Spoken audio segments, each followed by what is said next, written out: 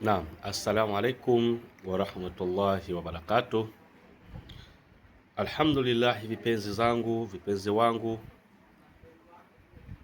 tulikuwa kimya kidogo kutokana na harakati hapa na pale,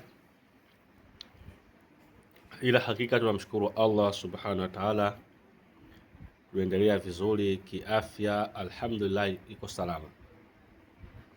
Insha Allah, leo ninapenda kukupeni dawa moja nzuri sana, hususani wale wafanya biashara wanauza vizuri, lakini inapofika katika hesabu wanapata hasara.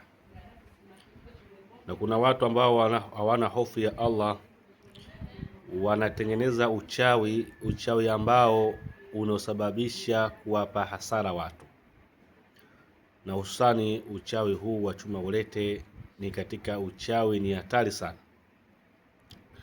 Uchawi wa chuma ulete katika uchawi ni hatari sana, na alhamdulillah dawa nyingi zipo, na leo inshallah nitapenda kufundisheni kwa ajili ya Allah subhanahu wa ta'ala dawa aina mbili.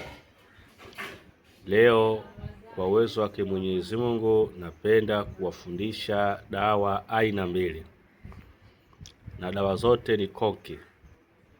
Allah akijalia taufiki na uwezo, basi hakuna mchawi wala sheitani wala msukule atakayeweza kuchukua pesa kwako kwa njia ya kishirikina. Labda mtu aje kwa njia ya kawaida, aje kukuibia kwa njia ya kawaida, sio njia ya uchawi, abadan, haitowezekana. Na njia ya kwanza, ndugu zangu, ni kutumia Qur'an. Njia ya kwanza ni kutumia Qur'an. Utachukua karatasi yako, utaiandika surati Juma. Iandike surati Juma yote kwa kutumia peni, ima peni nyekundu au peni nyeusi au peni yoyote. Iandike surati Juma kwa kutumia peni, iandike yote, lakini iandike kwa Kiarabu. Usiweke fatha na kasra, zile usiziweke. Iandike kama Kiarabu kinavyoandikwa, kwa maana kasra fatha zile usiweke. Baada ya hapo sasa, umeshaandika vizuri, ndugu yangu msikilizaji, cha kufuata unafanya nini? Cha kufuata, utaikunja karatasi yako vizuri kabisa, ikunje vizuri, iwe ndogo, na ikiwezekana uandike kiutaalamu, iwe ndogo, isiwe kubwa sana. Jitahidi karatasi hii ya A4 ile ndogo, ile karatasi ile basi iweze kutosheleza mule. Baada ya hapo ikunje vizuri. Baada ya kushaikunja, basi tafuta mfuko wa nailoni.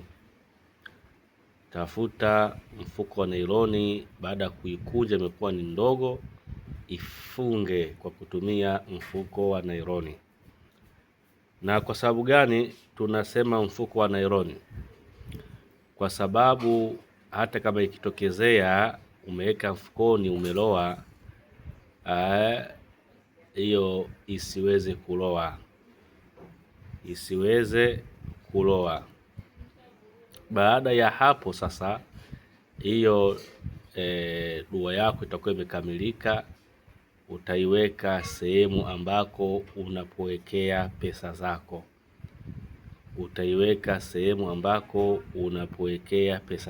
Wallahi, kwa uwezo wake Mwenyezi Mungu Subhanahu wa Ta'ala, hapo hakuna njia yoyote ya kishirikina itaweza kutoka pesa yako. Hii ni konki sana, na alhamdulillah nimeshawekea watu wengi sana utaratibu huu, na hakuna yoyote alileta lawama. Kwa hiyo nimekupeni ndugu zangu kwa ajili ya Allah subhanahu wa ta'ala, kwa sababu watu wengi wanafanya biashara, lakini mwisho wa siku hesabu inakuja wanakuta hasara. Vitu vimeisha, lakini pesa haionekani, wala mtu hajazidisha kwenye chenji, isipokuwa watu wanakuja na shilingi 2000 unampa shilingi 10,000. Kwa hiyo katika namna kama hiyo unajikuta mwisho wa siku unafunga ofisi, unaanza tena maisha ya mengine, kwa sababu biashara wako umepata hasara.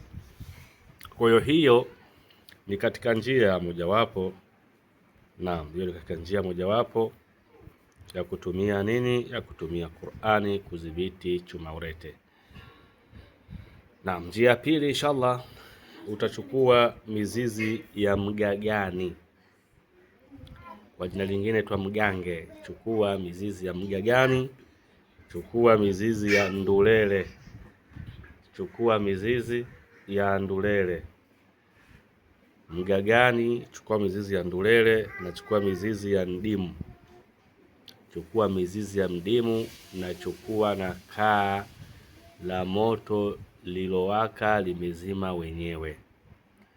Hivi vitu vyote hivi utavifunga pamoja na hii mizizi. Unaweza kuchukua vipande viwili au vipande vitatu vidogo vidogo tu, ukavikata vikawa vidogo, mfano ukapata urefu ama nusu ya kidole chako cha shahada, nusu ya kidole chako cha shahada, vipande vitatu kwa kila mzizi, na upata kalako la moto hilo ambalo limejizima wenyewe.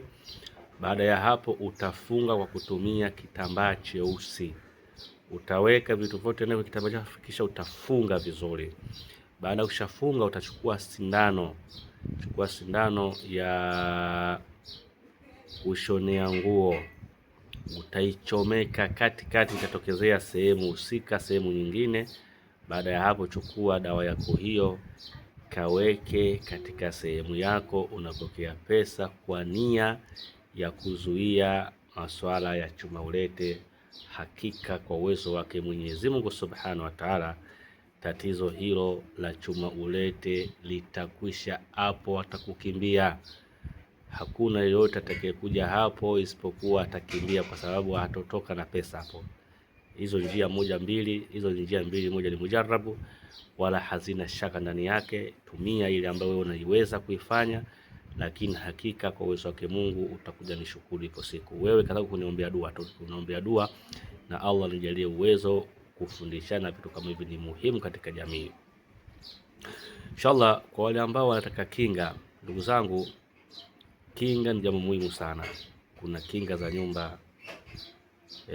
Nyumba yako isiingiwe na majini na wachawi, kwa sababu nyumba inapokuwa iko open, itakuwa iko free, hujatia dua, hujatia chochote, wachawi wanaweza kuichezea. Sasa wachawi kisha kuja ndani ni changamoto, unakuta maisha yanakuwa magumu, maradhi ndani yaishi, kwa sababu ya wachawi wanaichezea nyumba yako. Kwa hiyo tunazo kinga hizo. Naamini ukitaka za kunasa mchawi akijapo anase, zipo. Ukitaka za kumdondosha, yani akipita tu juu ya anga yako adondoke mpaka chini, zipo. Na ukitaka kisha kuja kwako kuanga, akirudi kwake awe zezeta, zote zinapatikana. Na vile vile ukikinga nyumba yako, basi ni muhimu usisahau kujikinga.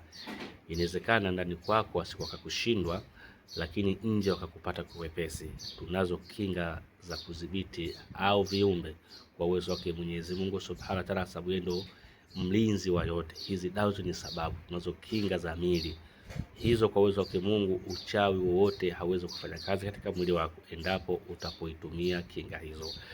Kwa hiyo na wale ambao natoa mwito wenye kusumbua na majini, wamesuluhisana na mashaitani, wameshakata tamaa, au washafanywa ushirikina, uchawi upo ndani ya mwili yao, washakata tamaa, basi ndugu yangu usishite kunitafuta kwa namba hizi 078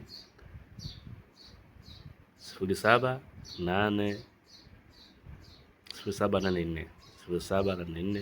766 555 au 0710 28 03 23.